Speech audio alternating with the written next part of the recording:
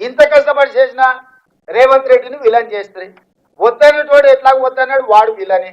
కావాలన్న వాళ్ళకి మీకోసం పనిచేస్తే మీరు కూడా విలన్ గా చూసినాక ఇంకా ఇంకా ఇంకా ఇక ఇక ఇది ఎట్లా ముందర పడుతుంది మీరు చెప్పురు నాకు. నష్టం మీకా నాకా?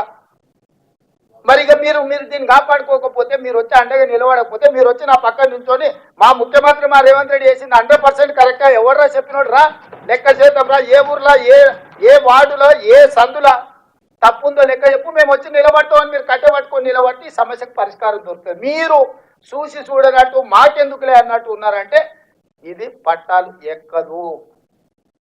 దీని పట్టాలు ఎక్కించుకొని రైలును పరిగెత్తించి మీరు అనుకున్న గమ్యం చేరాలంటే ఇక మీదే బాధ్యత. నా బాధ్యత అయిపోయింది.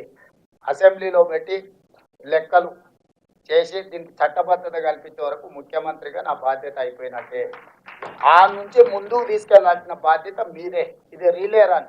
నేను ఇక మీ చేతికి అందిస్తున్నా. రన్నింగ్ లా ఒక్కడే ఉరకకుండా నలుగురు ఉరుకుతారు కదా, రీలే రన్ 4x4.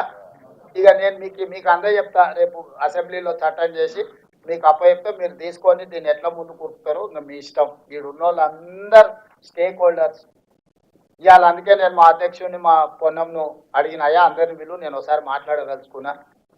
ఇంత కష్టం చేస్తే మంచి అనకపోతే అనకపోతే కానీ తిడుతుంటే ఆపకపోతే ఎట్లా?